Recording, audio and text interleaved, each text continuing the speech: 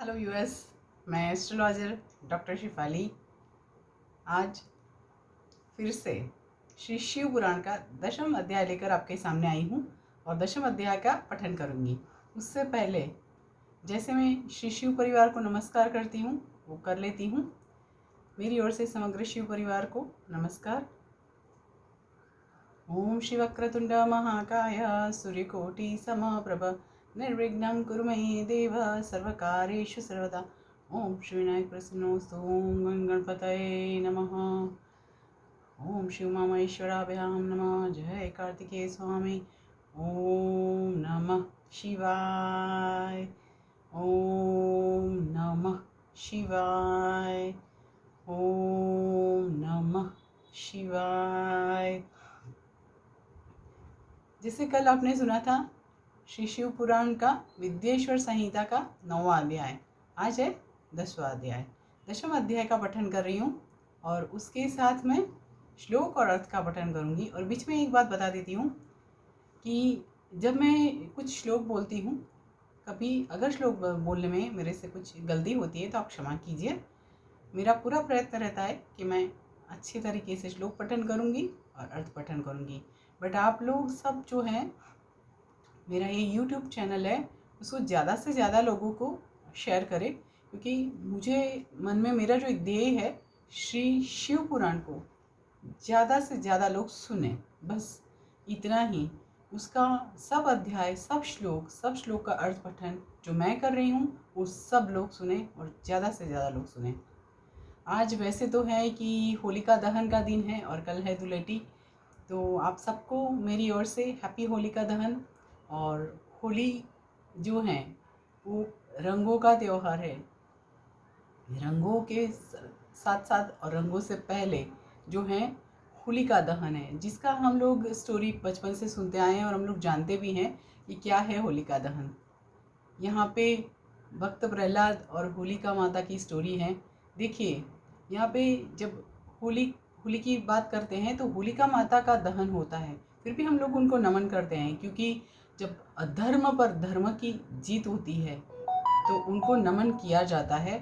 और यहाँ पे अधर्म जो था हिरण्यकशिपु, और उन्होंने अपनी सिस्टर जो है, अपनी बहन जो है होलिका की गोद में प्रहलाद को बिठाया था जलाने के लिए, परंतु होलिका माता खुद ही जल गए थे। पूरा स्टोरी तो नहीं बता रही हूँ, पर यहाँ पे अधर्म पे धर्म की जीत है, सत्य पे सत्य की जीत है, मतलब असत्य पे सत्य की जीत है, सत्य पे सत्य पे, मतलब सत्य ही चलता है हमेशा। तो आप जब भी एक बात याद रखिए कि होलिका दहन जब होगा शाम के जो मुहूर्त के हिसाब से, उस टाइम होली माता को नमस्कार करने के साथ, क्योंकि होलिका माता ने अपने ब्रदर की, मतलब भाई की बात मानकर अपने ही भाई के बेटे को गोद में लेकर उसको जलाने के लिए बैठे थे। मतलब वो हुआ असत्य और अधर्म, और सत्य जो है वो प्रहलाद है, विष्णु भक्त प्रहलाद। तो उनका बचाव हुआ, और वो कैसे हुआ हम सब लोग जानते हैं। तो यहाँ पे मैं सिर्फ इतना कहना चाहूँगी, कोविड का टाइम है, अगर आप सब लोग दर्शन करने जाते हैं, ठीक है, आप जो भी अर्पण करते हैं पूरी श्रद्धा से अर्पण करिए, परंतु हाथ में सैनिटाइज़र लगा के नहीं जाए, थोड़ा दूर से दर्शन करिए और लोगों से 2 फीट की दूरी बना के रखिए। और उससे भी ज़्यादा एक इम्पॉर्टेंट बात ये भी बता देती हूँ कि आप जो भी अर्पण करते हैं, खजूर, धानी, श्रीफल, जो भी अर्पण करते हैं, जो नया क्रॉप निकला है, वो जो भी आप अर्पण करते हैं होली में, उसके साथ अपना अहंकार, ईगो, काम, क्रोध, मद, मोह, लोभ, वासना, मत्सर, ईर्ष्या, द्वेष, नफरत, ये सबको भी साथ में होलिका दहन में वहाँ पे आप अपना वहाँ पे ही छोड़ के आइएगा, वहाँ पे दहन में डाल दीजिएगा होलिका दहन में। यहाँ पे नफरत, ईर्ष्या, वैर, वो सब भावना जो है, वो जो मन में जो एक रहती है, ठीक है, वो सब वहाँ पे छोड़ दीजिए। अधर्म, असत्य, सब कुछ होलिका दहन में साथ में जलाइए। सत्य, नीति और अच्छे रास्ते पे चलने का प्रयत्न करें। उसके लिए भी आज का जो होली का महत्व है उसको फॉलो करें। बस अभी स्टार्ट कर रही हूँ, जैसे मैंने शिव परिवार को ऑलरेडी नमन कर ही लिया है। दशम अध्याय का पठन कर रही हूँ। अथ दशमो अध्यायः सृष्टि, स्थिति आदि 5 कृत्यों का प्रतिपादन, प्रणव एवं पंचाक्षर मंत्र की महत्ता, ब्रह्मा विष्णु द्वारा भगवान शिव की स्तुति तथा उनका अंतर्ध्यान होना। यहाँ पे सबका एक एक लाइन में श्लोक भी होगा, तो मैं कंटिन्यूस सब श्लोक पठन करके ही अर्थ बताऊंगी। ब्रह्म विष्णु उचतु सर्गादि पंचकृत्यस्य लक्षणं ब्रूहिणौ प्रभो। शिव उवाच मत्कृत्य बोधनं गुह्य कृपया प्रब्रवीमि वां। सृष्टिः स्थितिश्च संहारस्थिरो भावोऽप्यनुग्रहः। पंचैव मे जगत्कृत्यं नित्यसिद्धमजाच्युतौ। सर्गः संसारसंरम्भस्तत्प्रतिष्ठा स्थितिर्मता। संहारो मर्दनं तस्य तीरो भावस्तदुत्क्रमः। तन्मोक्षो अनुग्रहस्तन्मे कृत्यमेवं हि पंचकं। कृत्यमेतद्वहत्यन्यस्तुष्णिं गोपुरबिम्बवत्। सर्गादि यच्चतुः कृत्यं संसारपरिजृम्भणं। पंचमं मुक्तिहेतु वै नित्यं मयि च सुस्थिरं। तदिदं पञ्चभूतेषु दृश्यते मामकैर्जनैः। सृष्टिर्भूमौ स्थितिस्तो ये संहारः पावके तथा। तीरो भावो अनिले तद्वदनुग्रह इहाम्बरे। सृज्यते धरया सर्वमद्भिः सर्वं प्रवर्धते। अर्धते तेजसा सर्वं वायुना चापनीयते। व्योम्नानुगृह्यते सर्वं ज्ञेयमेवं हि सूरिभिः। इतने श्लोक जो मैंने पठन किए उसका अर्थ पठन कर रही हूँ। ब्रह्मा जी और विष्णु जी बोले शिव जी को, हे प्रभु, हम दोनों का सृष्टि आदि 5 कृत्यों का लक्षण बताइए। शिव जी बोले, अब शिव जी जो उत्तर दे रहे वो सुनिएगा। मेरे कृत्यों को समझना अत्यंत गहन है, तथापि मैं कृपा पूर्वक तुम दोनों को उनके विषय में बता रहा हूँ। हे ब्रह्मा और अच्युत, विष्णु जी को अच्युत बोला है। सृष्टि, स्थिति, संहार, तिरोभाव और अनुग्रह, ये 5 ही मेरे जगत संबंधी कार्य हैं जो नित्य सिद्ध है। संसार की रचना का जो आरंभ है वह सर्ग है। मुझसे पालित होकर सृष्टि का सुस्थिर रूप से रहना ही उसकी स्थिति कहा गया है। उसका विनाश ही संहार है। प्राणों का उत्क्रमण ही तिरोभाव है। इन सब से छुटकारा मिल जाना ही मेरा अनुग्रह है। इन प्रकार मेरे 5 कृत्य है।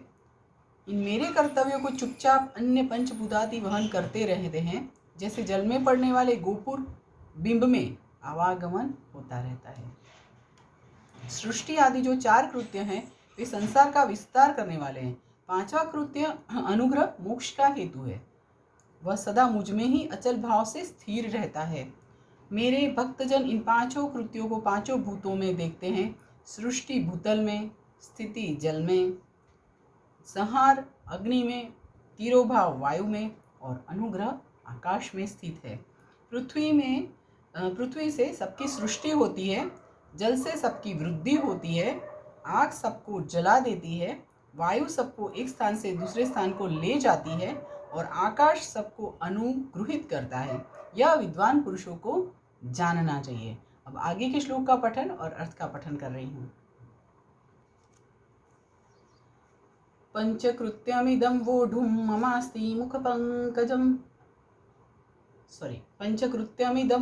ममास्ति मुखपंचकं। चतुर्दिक्षु चतुर्वक्त्रं तन्मध्ये पंचमं मुखं। युवाभ्यां तपसा लब्धमेतत्कृत्यद्वयं सुतौ। सृष्टिस्थित्यविदं भाग्यं मत्तः प्रीतादति प्रियं। तथा रुद्रमहेशाभ्यामन्यत् कृत्यद्वयं परम्। अनुग्रहाख्यं केनापि लब्धुं नैव हि शक्यते।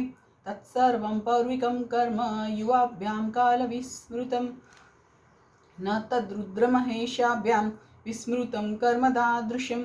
रूपे वेशे च कृत्ये च वाहने चासने तथा। आयुधादौ च मत्स्याम्यमस्माभिस्तत्कृते कृतं। मद्वयान्विरहात् त्वत्सौ मूढ्यं वामेवमागतं। मज्ज्ञाने सतिमैवं स्यान्मानं रूपं महेश्वत्। तस्मान्मञ्जज्ञानसिद्ध्यर्थं मन्त्रमोङ्कारनामकम्। इतः परं प्रजपतं मामकं मानभञ्जनम्। उपादिशं निजं मन्त्रम् ओंकार उपादिशं निजं मन्त्रम् ओंकारमुरुमङ्गलम् ओंकारो मन्मुखाञ्जसे ओंकारो मन्मुखाञ्जज्ञे प्रथमं मत्प्रबोधकः वाचको अयमहं वाच्यो मन्त्रो अयं हि मदात्मकः तदनुस्मरणं नित्यं ममानुस्मरणं भवेत् अकार उत्तरात् पूर्वम् उकारः पश्चिमाननात् मकारो दक्षिणमुखात् बिन्दुः प्राङ्मुखतस्तथा नादो मध्यमुखादेवं पञ्चदासौ विजृम्भितः एकीभूतः पुनस्तद्वदोमित्येकाक्षरो अभवत् नामरूपात्मकं सर्वं वेदभूतकुलद्वयं व्याप्तमेतेन मंत्रेण शिवशक्त्योश्च बोधकः। यहाँ पे जो श्लोक पढ़े हैं उसके अर्थ का मैं पठन कर रही हूँ। इन 5 कृत्यों का भार वहन करने के लिए ही मेरे 5 मुख हैं। 4 दिशाओं में 4 मुख है और इनके बीच में 5वां मुख है। हे पुत्रों, तुम दोनों ने तपस्या करके प्रसन्न हुए मुझ परमेश्वर से भाग्यवश सृष्टि और स्थिति नामक 2 कृत्य प्राप्त किए हैं। ये दोनों तुम्हें बहुत प्रिय हैं। ये शिव जी जो हैं ब्रह्मा जी और विष्णु जी को बता रहे हैं। उसके आगे श्लोक पठन किया, उसके अर्थ का पठन कर रही हूँ। ये दोनों तुम्हें बहुत प्रिय है। इसी प्रकार मेरे विभूति स्वरूप रुद्र और महेश्वर ने 2 अन्य उत्तम कृत्य संहार और तिरोभाव मुझसे प्राप्त किए हैं, परंतु अनुग्रह नामक कृत्य कोई नहीं पा सकता। मोक्ष लेना आसान नहीं होता है। मोक्ष जो है उसके लिए बहुत कठिन तपश्चर्या करनी पड़ती है, संभाव अपने अंदर लाना पड़ता है और वो बहुत मुश्किल है। उन सभी पहले के कर्मों को तुम दोनों ने समयानुसार भुला दिया।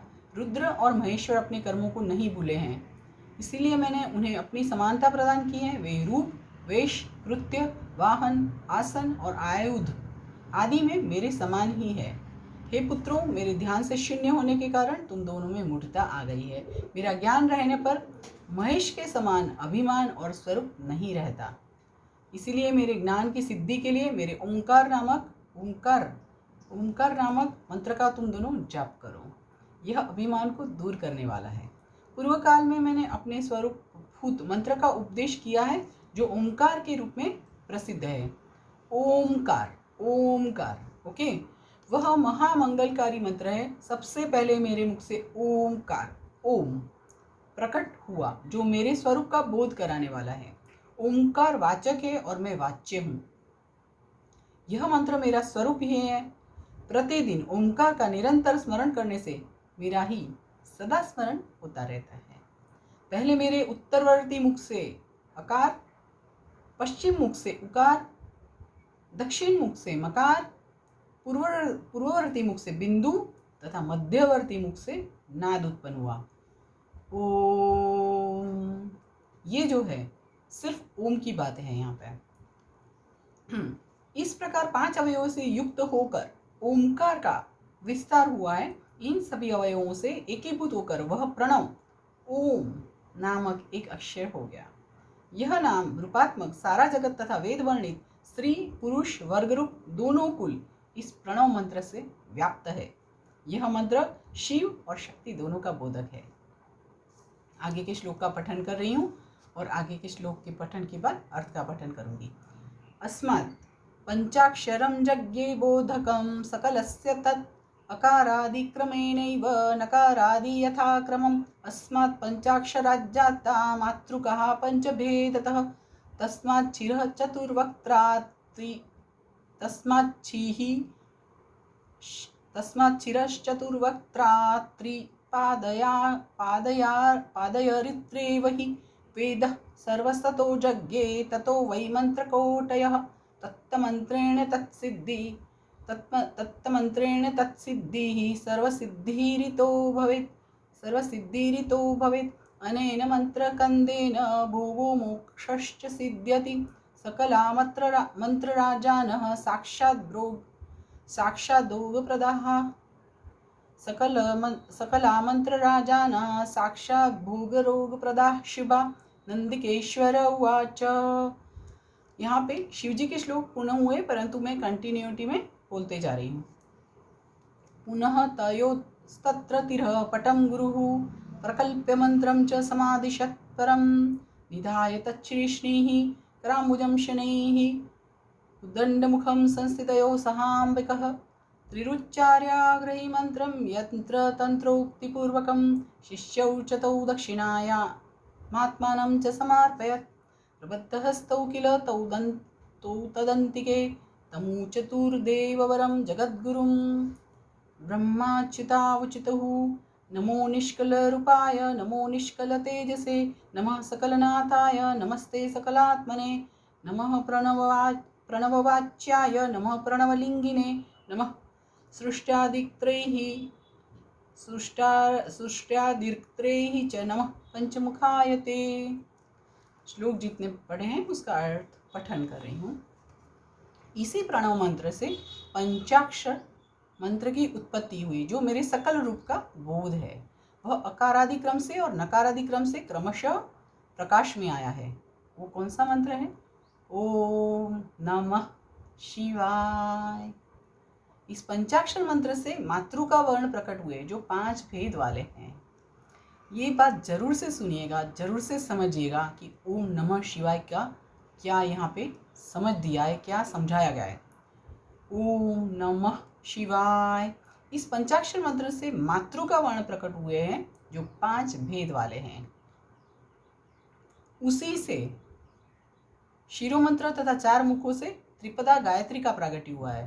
5 भेद मतलब अ ई उ रु रु, अ ई उ रु रु, ये 5 मूलभूत स्वर है तथा व्यंजन भी 5 वर्णों से युक्त 5 वर्ग वाले हैं। इसीलिए यहाँ पे पंचाक्षर मंत्र मातृकावर्ण प्रकट, जो 5 भेद वाले ये बताया है। उसी से शिरोमंत्र तथा 4 मुखों से त्रिपदा गायत्री का प्रागट्य हुआ है। उस गायत्री से संपूर्ण वेद प्रकट हुए हैं और उन वेदों से करोड़ों मंत्र निकले हैं। उन मंत्रों से भिन्न भिन्न कार्यों की सिद्धि होती है, परंतु इस प्रणव एवं पंचाक्षर से संपूर्ण मनोरथों की सिद्धि होती है। इस मूल मंत्र से भोग और मोक्ष दोनों ही सिद्ध होते हैं। मेरे सकल स्वरूप से संबंध रखने वाले सभी मंत्रराज साक्षात भोग प्रदान करने वाले और शुभ कारक हैं। यहाँ पे शिव जी जो बोले उन्होंने जो समझाया वो परिपूर्ण हुआ। नंदिकेश्वर जी बोल रहे हैं। नंदिकेश्वर बोले, तदनंतर जगदम्बा पार्वती के साथ बैठे हुए गुरु और महादेव जी ने उत्तराभिमुख बैठे हुए ब्रह्मा और विष्णु को पर्दा करने वाले वस्त्र से आच्छादित करके उनके मस्तक पर अपना कर कमल रखकर धीरे धीरे उच्चारण करके उन्हें उत्तम मंत्र का उपदेश किया। यंत्र तंत्र में बताई हुई विधि के पालन पूर्वक 3 बार मंत्र का उच्चारण करके भगवान शिव ने उन दोनों शिष्यों को मंत्र की दीक्षा दी। तत्पश्चात उन शिष्यों ने गुरु दक्षिणा के रूप में अपने आप को ही श्री शिव जी को समर्पित कर दिया और दोनों हाथ जोड़कर उनके समीप खड़े हो उन देवश्रेष्ठ जगत गुरु का स्तवन किया। अभी ब्रह्मा जी और विष्णु जी जो बोले हैं वो उसका अर्थ पठन करेंगे। ब्रह्मा और विष्णु बोले, हे प्रभु, आप निष्कल रूप है, आपको नमस्कार है। आप निष्कल तेज से प्रकाशित होते हैं, आपको नमस्कार है। आप सर्वात्मा को नमस्कार है अथवा सकल रूप, आप महेश्वर को नमस्कार है। आप प्रणव के वाच्यार्थ है, आपको नमस्कार है। आप प्रणव लिंग वाले हैं, आपको नमस्कार है। सृष्टि, पालन, संहार, तिरोभाव और अनुग्रह करने वाले, आपको नमस्कार है। आपके 5 मुख है, आपको नमस्कार है। यहाँ पे जितने श्लोक का मैंने पठन किया है उसके आगे के श्लोक का पठन करूंगी।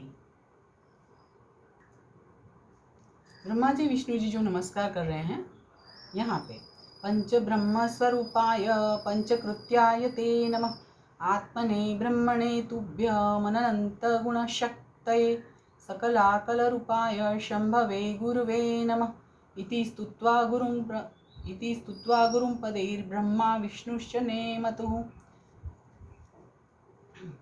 नमस्कार है उसके बाद का जो मैंने 2 श्लोक पढ़े हैं वो यहाँ पे संपूर्ण करती हूँ। आप सबकी आत्मा है, ब्रह्म है, ये ब्रह्मा विष्णु शिव जी को बोल रहे हैं। आप सबकी आत्मा है, ब्रह्म है, आपके गुण और आपकी शक्तियाँ अनंत है। आपको नमस्कार है, आपके सकल और निष्कल 2 रूप है।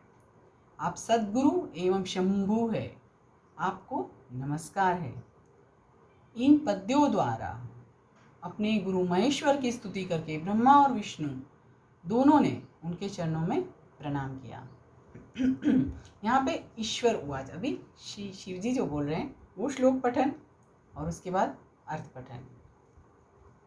ईश्वर उवाच वत्सकौ सर्वतत्त्वं च कथितं दर्शितं च वां जपतं प्रणवं मन्त्रं देविदिष्टं मदात्मकम् ज्ञानं च सुस्थिरं भाग्यं सर्वं भवति शाश्वतम् आर्द्रायां च चतुर्दश्यां तजप्यं त्वक्षयं भवेत् सूर्यगत्या महार्द्रायामेकं कोटिगुणं भवेत् मृगशीर्षान्तिमो भाग पुनर्वस्वादिमस्तथा आर्द्रा समं सदा ज्ञेयं पूजा होमादितर्पणे दर्शनं तु प्रभाते च प्रातः संगवकालयोः चतुर्दशी तथा ग्राह्या निशिथव्यापिनी भवेत् प्रदोषव्यापिनी चैव परयुक्ता प्रशस्यते लिंगं वैरं च मे तुल्यं यजतां लिंगमुत्तमं तस्मान् लिंगं परं पूज्यं वैरादपि मुमुक्षुभिः लिंगमोङ्कारमन्त्रेण वैरं पञ्चाक्षरेण तु स्वयमेव हि सद्द्रव्यैः प्रतिष्ठाप्यं वरैरपि पूजयेदुपचारैश्च मत्पदं सुलभं भवेत् इति शास्य तथा शिष्यौ तत्रैवान्तर्हितः शिवः। यहाँ पे 10वीं अध्याय जो है परिपूर्ण हो रहा है, उनके श्लोक का अर्थ पठन करूंगी। श्री शिव जी बोले, ईश्वर बोले, हे वत्सो, ब्रह्मा जी और विष्णु को जो बताया है, हे वत्सो, मैंने तुम दोनों से सारा तत्व कहा और दिखा दिया। तुम दोनों देवी के द्वारा उपदिष्ट प्रणव ओम, जो मेरा ही स्वरूप है, उसका निरंतर जाप करो। इसके जप से ज्ञान, स्थिर भाग्य सब कुछ सदा के लिए प्राप्त हो जाता है। आर्द्रा नक्षत्र से युक्त चतुर्दशी को प्रणव का जप किया जाए तो वह अक्षय फल देने वाला होता है। सूर्य की संक्रांति में युक्त महा आर्द्रा नक्षत्र में एक बार किया हुआ प्रणव जप कोटि गुने जप का फल देता है। मृग शीर्ष नक्षत्र का अंतिम भाग तथा पुनर्वसु का आदि भाग पूजा, होम और तर्पण आदि के लिए सदा आर्द्रा के समान ही होता है। यह जानना चाहिए। मेरा या मेरे लिंग का दर्शन प्रभात काल में ही प्रातः तथा संगव मध्याह्न के पूर्व काल में करना चाहिए। मेरे दर्शन पूजन के लिए चतुर्दशी तिथि निश्चित व्यापिनी अथवा प्रदोष व्यापिनी लेनी चाहिए, क्योंकि परिवर्तनी अमावस्या, परिवर्तिनी मतलब अमावस्या तिथि से संयुक्त चतुर्दशी की ही प्रशंसा की जाती है।